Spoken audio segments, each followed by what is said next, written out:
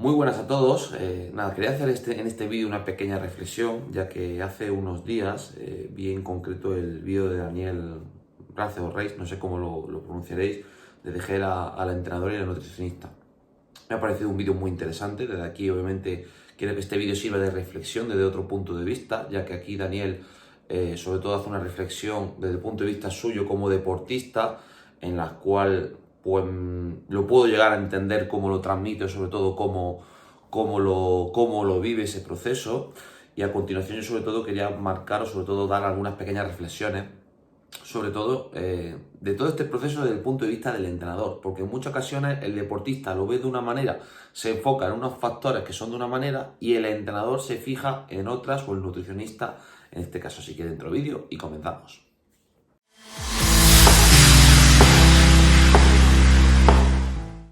Bueno, antes de nada, si no habéis visto el vídeo de Daniel, os lo dejaré aquí en la descripción para que lo podáis ver. No voy a ponerlo a continuación segmentarlo, sino que voy a hablar un poco sobre los procesos o sobre todo cómo lo ha enfocado. Lo enfoca en varias fases. Por un lado lo enfoca como un proceso de adaptación, es decir, una persona cuando empieza a trabajar con potenciómetro se le abre un mundo totalmente. O sea, una persona que venga del mundo de la frecuencia cardíaca, de las sensaciones, cuando pasa el entrenamiento por potencia, las primeras semanas una auténtica locura, desde el punto de vista de que normalmente el deportista que viene del pulso, de las sensaciones, está acostumbrado a cuadrar muy bien los valores porque son muy fácilmente trabajables.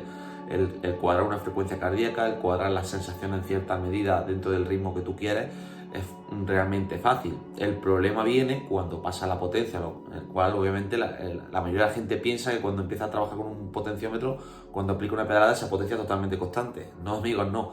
Verdaderamente la potencia tiene valores muy de alto y bajo y hay que aprender a pedalear en ese aspecto para producir esa potencia. Con lo cual, obviamente, totalmente de acuerdo obviamente en ese proceso de adaptación. Lo que pasa que en cierta medida es muy importante no dejarse llevar por las experiencias previas. Yo creo que uno de los consejos que más lanzo cuando empiezo con deportistas que están recién comenzados en el entrenamiento por potencia es: tú sigues estas dos métricas, simplemente, o estas tres. El problema es que la mayoría de gente, cuando ve tantos datos, se enfoca en todo, no tiene un foco claro, y ahí viene gran parte, en muchas ocasiones, del principio del agobio, en cierta medida. Luego en el vídeo aparece un segundo punto, que es el segundo factor, en este caso, que es el aprendizaje. Es decir, ya el deportista, como bien comenta ahí Daniel, ya va entendiendo las métricas un poquito, ya va pillándole un poco la tecla a lo que es los datos en sí del entrenamiento, y en cierta medida el deportista se le abre un mundo. Es decir, ya empieza a entender que en base al recorrido tú puedes segmentar una potencia X, o necesitas un X recorrido para X tipo de entrenamiento, para cuadrar lo que te sea más fácil o más difícil en función de ese contexto. Entonces, bueno, estos son los primeros pasos que todo deportista seguramente, sí, es cierto, va a tener. Una fase obviamente de un mundo totalmente nuevo, y que luego seguramente pues ahí ya cuando va a empezar a pillar un poco más ya el jugo. Es decir, saber cuadrar la normalizada donde yo la tengo, saber cuadrar qué potencia tengo, si la tengo a 10 segundos, 3 segundos, instantánea. O sea, toda esa información, de hecho, la tenéis en mi canal, tenéis vídeos específicos que le podéis echar un ojo y vais a ver en ese aspecto que en cierta medida es así. Ahora bien, aquí hay cosas en las próximas etapas que ahí yo ya discrepo un poco desde el punto de vista de un entrenador. Ojo, él tiene su punto de vista totalmente respetable, pero creo que aquí en cierta medida pasan muchas cuestiones que la gente mete el foco donde no es y no hace caso normalmente al entrenador en los focos en los que te tienes que fijar, que esa es la clave. Bien, hay momentos del vídeo que además yo me siento muy identificado porque yo lo he vivido con deportistas, y es que cuando el deportista tiene esos datos de potencia, empieza a picarse consigo mismo. Y eso es un error claro. ¿Por qué? Normalmente el entrenador tiene una guía y una ruta de trabajo en base a la analítica, en base al contexto, y va cuadrando obviamente semana a semana o cada 15 días o mensualmente, en función del modelo que tiene de trabajo, ¿vale?, para enfocar ese entrenamiento. El problema está en que en muchas ocasiones tú enfocas el entrenamiento como un entrenador y el deportista hace, vamos a decir, tres cosas. Una, hace caso al entrenamiento totalmente, o sea, el entrenador contentísimo, chapó. Dos, el deportista está constantemente empujando por arriba. Es decir, tú pones, por ejemplo, imaginaros un rodaje aeróbico entre 200 y 210 vatios. El deportista la primera semana 220, a la siguiente 230. Y tú sigues enfocando en la parte aeróbica, lo vas progresando, pero siempre el deportista por encima. Entonces, llega un punto que ahí te das cuenta que el deportista se está dejando llevar más por el ego deportivo. No veamos ese ego como un ego, entre comillas, negativo de una persona de qué mala persona es. No, no es eso. Es que el deportista constantemente está intentando demostrar que está por encima y que puede hacer más. Eso es un claro error desde el punto de vista de un entrenador, puesto que ya te está dando información de que seguramente si el deportista no tiene claro el proceso no te va a hacer caso al 100%. Por suerte o por desgracia, los entrenadores vivimos de los resultados y de la mejora de rendimiento y de la satisfacción de los clientes. Entonces, ¿qué pensáis de un deportista? No lo digo obviamente en el caso de Dani, me refiero a nivel general. ¿Qué pensáis de un deportista que constantemente se esté saltando un entrenamiento desde el punto de vista de siempre por encima, siempre por encima, siempre por encima? Y que seguramente no sea lo más adecuado, habría que verlo con la analítica para ello. Entonces, yo creo que al final, bajo mi punto de vista, la parte relacionada del entrenamiento tiene mucho más que ver con tener claro lo que tienes que hacer y hacerlo. Eso es fundamental, porque en el momento que un deportista tiene su plan de entrenamiento y empieza, hoy tengo 3 horas pero voy a hacer 1 hora y media porque es que voy con los amigos, hoy no me apetece tanto la serie porque es que no he desayunado y estoy haciendo un planteamiento en ayunas que no es el más adecuado para lo mejor para ese entrenamiento. No sé si me entendéis un poco. O sea, yo creo que es una de las cuestiones que en gran medida me encuentro, y es que sí, muchos deportistas contratan entrenador, pero no tienen claro verdaderamente al 100% que van a hacer caso al entrenador. Y eso es fundamental desde el punto de vista de la mejora de rendimiento. ¿Sabéis lo que comentaba anteriormente? Si ustedes fueran, muchos de los que me estáis viendo, entrenadores, ¿cómo os sentaría que planteéis entrenamiento y ese entrenamiento se salte? Ya sea por encima o por debajo, aunque obviamente por debajo se puede ver un poco, obviamente con cierta flexibilidad, por así decirlo, desde el punto de vista de que, oye, si había algún problema, etcétera, bueno, esas cosas se entienden. No estoy diciendo ni mucho menos que el entrenamiento tenga que ser un proceso militar, de yo pongo el entrenamiento por pase lo que pase, hay que cumplirlo. No, habrá situaciones, circunstancias que puedan ser modificables, obviamente, y se tenga cierta flexibilidad. Pero sí es cierto que cuando te encuentras un perfil en el que constantemente te encuentras eso, bueno, y eso es la parte buena, desde el punto de vista de yo tengo un entrenamiento y el deportista está un poquito siempre por encima, se va como automejorando, por así decirlo. El problema está cuando tú mandas una cosa y el deportista lo que hace no tiene nada que ver con lo que le has mandado. Eso es otra problemática dentro del tercer punto, dentro de ese punto que comentaba de el deportista hace caso a todo, o el deportista está por encima, o el deportista hace lo que sea de los huevos, con todo el cariño.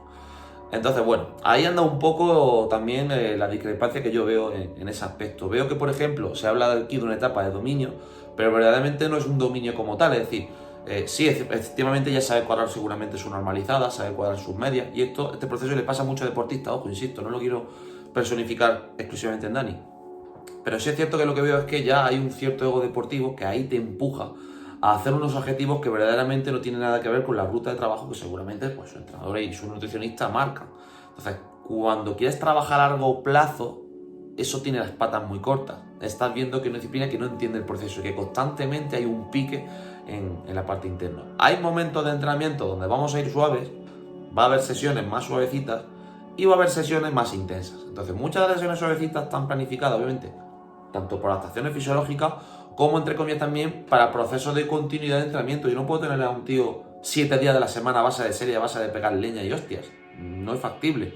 Tarde o temprano a nivel psicológico va a petar, y seguramente esto es lo que ha pasado en cierta medida. No digo que haya hecho obviamente lo que es ese ejemplo en sí, pero ahí anda un poco la historia en cierta medida. Luego hay un cuarto punto, y es el punto que en cierta medida muchos deportistas caen cuando no entienden que cuando tú te pones en manos de un entrenador, lo más fácil que puedes hacer es dedícate a comer, dedícate a descansar y dedícate a entrenar. Ya está. No te centres tú, si tienes un entrenador, en que sí que la analítica de datos, este dato en concreto, el P5, no. La mayoría de ciclistas no vais a tener el conocimiento suficiente como para poder integrar toda la analítica junto con la fisiología y el proceso de entrenamiento. Yo llevo ya casi 10 años entrenando deportistas y ni con 10 años puedo controlar al 100% el conocimiento existente que hay. Imaginaros un deportista que solo lleve 3 meses. Y no lo digo desde el punto de vista de entrar con potencia o experiencia. Es que hay que estudiar muchísimo y tienes que estar constantemente formándote, tienes que estar constantemente renovándote, constantemente vas aprendiendo. Entonces ahí anda un poco la situación que yo veo. Muchos deportistas que se obsesionan con los datos, no porque los datos sean malos en sí, sino porque verdaderamente el prisma lo están haciendo equivocado. Es cuando ese proceso de continuidad falla. Y recordemos, lo he dicho un montón de veces en el canal, la continuidad es la clave del proceso. Si no tenemos continuidad, no hay nada. En mi canal vais a ver que recientemente he subido 2 vídeos. Uno de cuánto mejora un deportista en 1 año de entrenamiento y cuánto mejora un deportista en 6 años de entrenamiento. ¿Verdaderamente pensáis que si un deportista no tiene continuidad va a seguir ese proceso de mejora con potenciómetro? Ni de coña. Y eso es fundamental desde el punto de vista de entender que en muchas ocasiones tenéis que delegar esa faceta en el entrenador. Yo entiendo que haya deportistas, entre comillas, frikis, con todo el cariño de la palabra, que les guste, que quieran aprender, eso lo entiendo. El problema viene cuando tú, por esa analítica de datos, piensas que hay una línea y el entrenador lleva otra. Y seguramente el entrenador va a llevar en muchas ocasiones muchísima más razón que tú. Obviamente, por supuesto hay entrenadores y entrenadores, como todo, que eso será luego para hacer un vídeo aparte. Pero desde el punto de vista de la continuidad y de poder llevar bien el proceso, es lo que yo veo en muchas ocasiones. Los deportistas que mejor van con entrenadores son aquellos deportistas, entre comillas, robóticos, desde el punto de vista de tengo mi entrenamiento, pum, voy a hacerlo, como, descanso. Tengo mi entrenamiento pero no tengo problemas, pum, se lo comunico a mi entrenador lo detecta, modificamos el plan, modificamos el entrenamiento y venga, seguimos con el proceso. Pero en todo momento hay analítica y comunicación y eso es una de las grandes claves.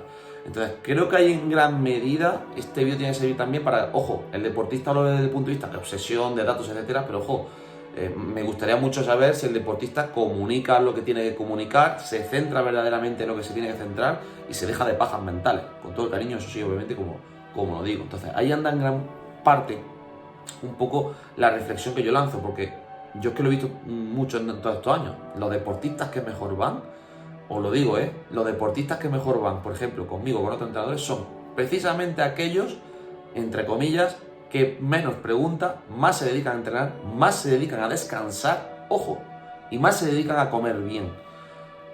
Todo lo demás, normalmente, lo que va a influir es que el proceso tenga dudas, es decir, que el deportista tenga dudas. Y cuando el deportista tiene dudas, mal, pero malísimo, porque no va a dejar de trabajar bien al entrenador, no va a haber una buena relación de entrenamiento y, por supuesto, no va a haber continuidad. Entonces, creo que es una de las grandes claves que hay que tener en cuenta, que no es tanto el uso del potenciómetro, es el foco de cómo se están haciendo las cosas y la confianza que tú delegas. Luego también dentro de ese proceso, veo a Dani, por ejemplo, cuando dice, bueno, yo es que dejé de salir con la grupeta o dejé de salir con su pareja. A ver, yo creo que eso no está reñido desde el punto de vista de, en sesiones de recuperación activa, puedes hacerte coincidir con personas en esos tipos de rodajes. Puede haber 2 días perfectamente a la semana, de 2 a 3 días, dependiendo un poco de los microciclos de entrenamiento, que hayan días de recuperación como tal y que los puedas hacer coincidir con gente, por supuesto. También es cierto que el proceso de entrenamiento es un proceso que tiene que ser continuo y riguroso. Es que es así. No podemos pretender que saliendo con amigos tengamos los mismos resultados que deportistas que entrenan de manera sistemática y adecuada desde el punto de vista del rendimiento. Entonces, yo entiendo que aquí el deportista que no es profesional, es decir, que sea un cicloturista o que no tenga ese foco bien claro, aquí lo pase mal, lo tengo clarísimo. ¿Qué solución se puede enfocar al respecto? Pues puede haber 2 vías. Una, recalcular los objetivos, es decir, si tú quieres competir, tienes que entrenar para competir. Y en muchas ocasiones va a haber sesiones que no puedes salir en grupeta. Entonces, si tú no quieres eso, enfoca y estructura tu plan de entrenamiento para salir en grupeta o para poder mejorar, entre comillas, con la grupeta. Ahora bien, no podemos decir que salir en grupeta ya sea lo mejor que respecto a entrenar planificado. Y no se puede decir obviamente que entrenar planificado al 100% sea mejor. Puede haber momentos de la temporada donde haya un trabajo donde tengas que estar más solo, entre comillas, y luego habrá momentos donde podrás salir con gente. Pero tiene su proceso y hay que ser paciente y constante. Eso es clave. Entonces, aquí donde yo veo una de las grandes claves es que normalmente muchos deportistas de boquilla te dicen, yo tengo un entrenador y estoy entrenando con un entrenador, pero internamente no le está gustando el proceso desde el punto de vista de que ellos esperan del proceso de entrenamiento salir en grupeta todos los fines de semana o X días o cuando le apetezca, y eso en gran ocasión choca con los planes, choca con la lógica del entrenamiento, con las adaptaciones que tú buscas. Muchos de vosotros me gustaría, por favor, es que me encantaría que muchos se formaran en entrenamiento o que se dedicaran profesionalmente. Seguramente, si muchos ya os dedicarais profesionalmente yo, cambiaría muchísimo vuestro punto de vista. Yo soy ciclista obviamente, practico en mis momentos cuando puedo y entiendo ese componente de la grupeta. Pero también entiendo que cuando estás en un proceso de entrenamiento tienes que ser riguroso. Es la diferencia entre el deportista que va mejorando proceso a proceso, obviamente entendiendo que hay factores luego individuales. Por cierto que luego hay ejemplos de, pues mi amigo sale en grupeta tal y cual. Vale, son ejemplos, son excepciones, pero la regla general, la mayoría de la población va a necesitar un proceso de constancia para mejorar. Todos conocemos casos de gente que tiene mucho motor y tiene mucha varita mágica, por supuestísimo, y que con a base de grupeta anda. Vale, perfecto, te lo compro. Ojalá todo el mundo respondiera así, porque ese problema no lo tendríamos ningún deportista entonces, pero como la biología y el ser humano es así de especial, pues cada uno tiene su proceso. Entonces creo que ahí es clave también que el propio deportista tenga un diálogo interno, que sepa lo que quiere. Yo creo que eso es clave desde el punto de vista de trabajar. Y sobre todo de entender que ese proceso del entrenador todo lo que te va a hacer es quitarte mucho estrés mental.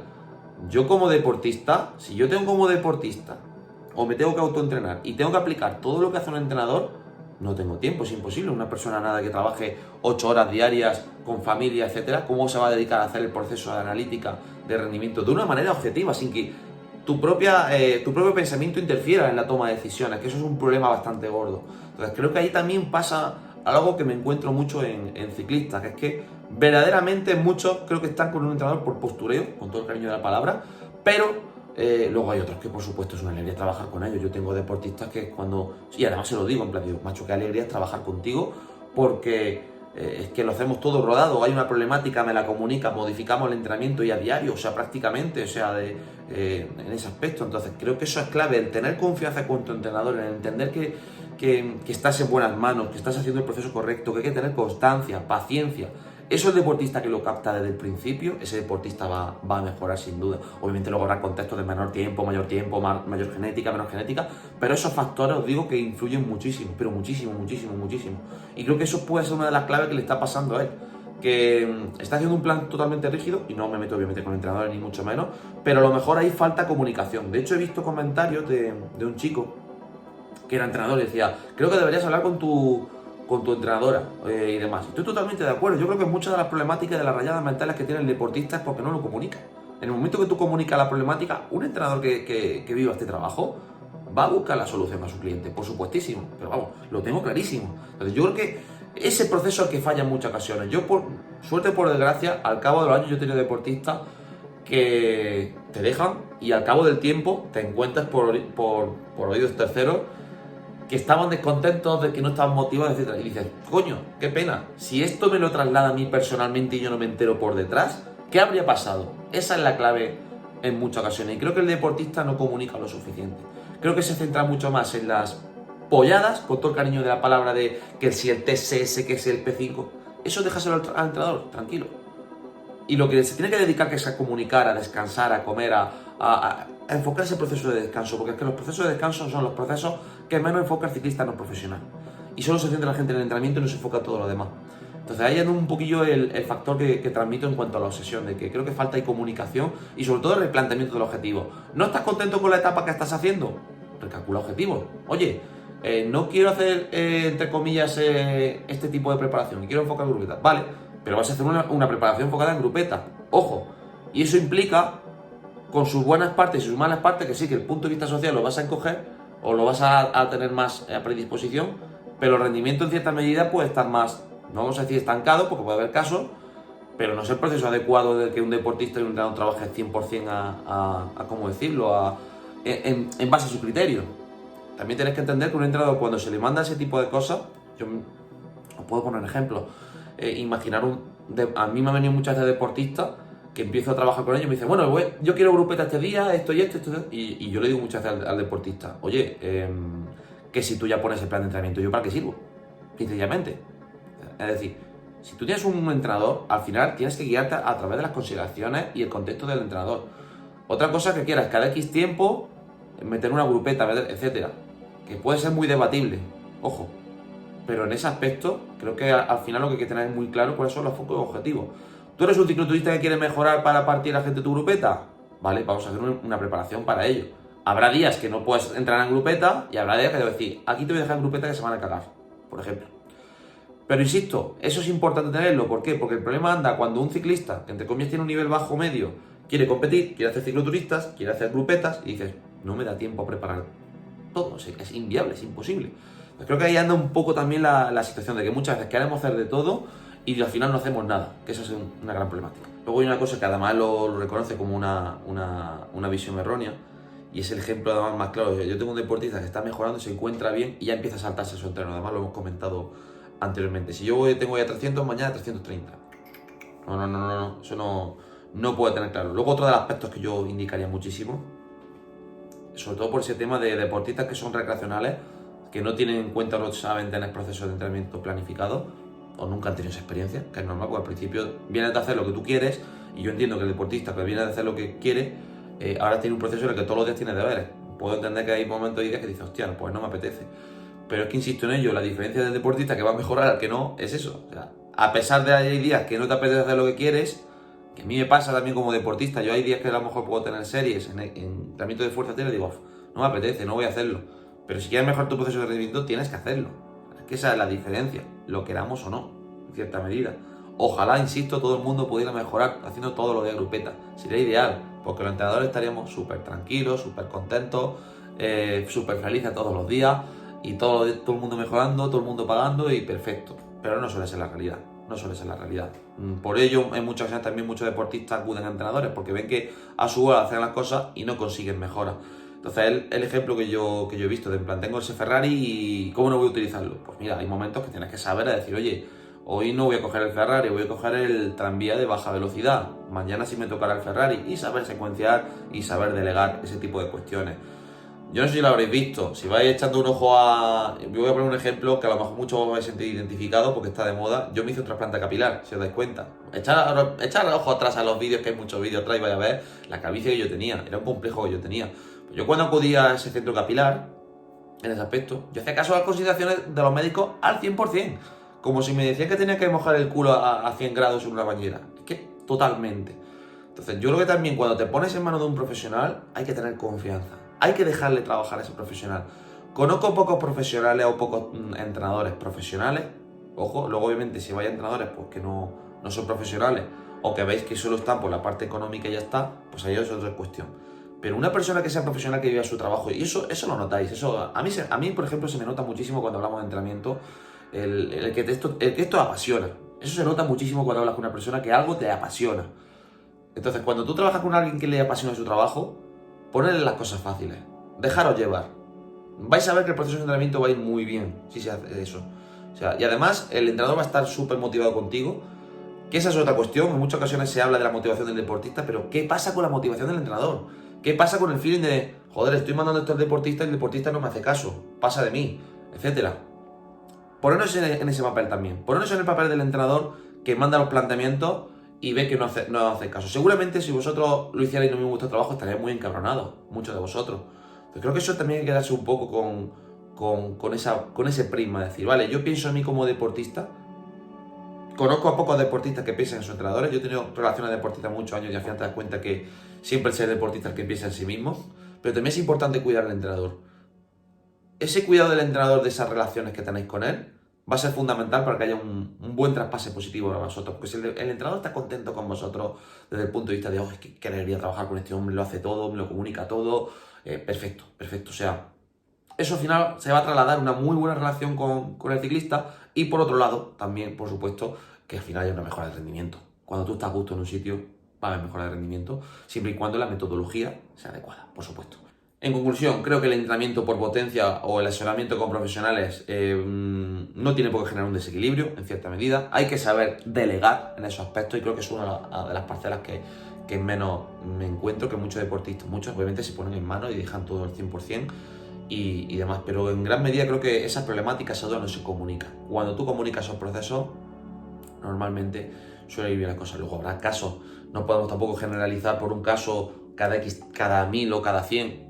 Todos entendemos el ejemplo, ¿vale? Entonces creo que este vídeo me ha venido muy bien para yo transmitir un poco la visión de cómo lo vemos los entrenadores.